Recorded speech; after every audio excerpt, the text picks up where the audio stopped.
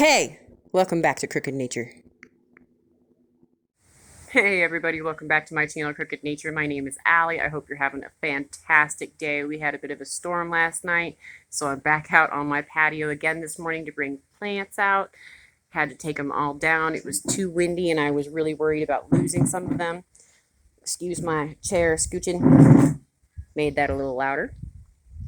I had to bring everything back out, and there is a bit more. Let's see, going all the way over there.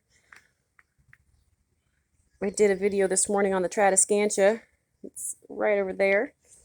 They're a little bit of a difficult plant, even though people really, really like them as beginner plants. I don't think that that's something that I would recommend. If you water them too much, you get root rot. If you don't water them enough, they will spread out and get leggy, lose leaves, and look like crap. So I don't recommend them as a beginner plant. I recommend them as a moderate plant. But what is extra cool is that I have some plants that are actually flowering, and they are prayer plants, and I do love it when they do that. Let me go grab one for you guys and hold it up here. Let's see if I can get your pretty little flower. White flower with just some pretty purple splotches on the inside, and they are just tiny flowers. But it makes me so happy because it means my plant is happy and it's getting what it needs, and that's awesome. If you're not familiar with prayer plants, they will bloom indoors for you. It's stunning too. I've had them bloom multiple blooms. We're talking like 20 flowers all at once inside under grow lights, and it was just the best thing. Made all of the time that you spend, it makes the time you spend on a plant worth it whenever you get these little signs of their ultimate happiness. And then you're happy, and that's fulfilling. I hope you're fulfilled by your plants and they make you happy. I hope you find plants that you think are the coolest things in the entire world, and I hope that they thrive for you and that you thrive for your plants. This might be a little bit of an in-depth chat here. We're not talking about plants exactly, but we are. We're talking about health, mental health, physical health, doing what you need for yourself and your plants, and how taking care of your plants can encourage you to take care of yourself. Our plants aren't the only things that need care.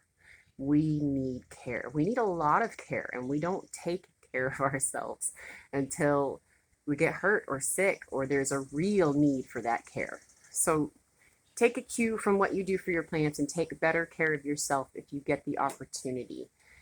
It's worth your time to take care of yourself.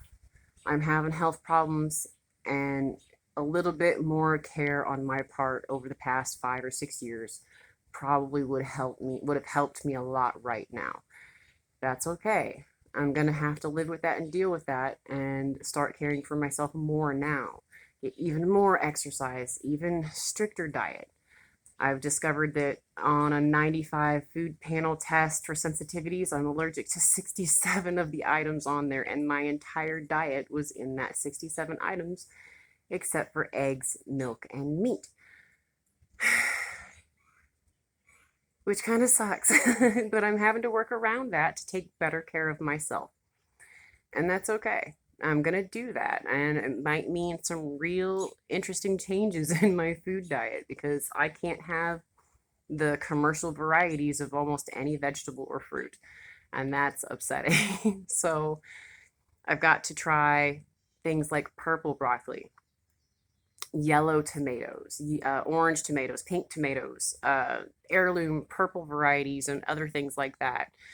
I can't have spinach at all, and like there's so much that I don't even want to go over with, but there's a lot of alternatives to commercial crops, and so I have some wiggle room. It's a good thing that it is spring right now, and I do know some farmers, and I know where farmers markets are, and that helps me out a lot, that I can go and find some different produce and things to help care for myself, along with the fact that just getting out and going to those farmers markets is caring for yourself.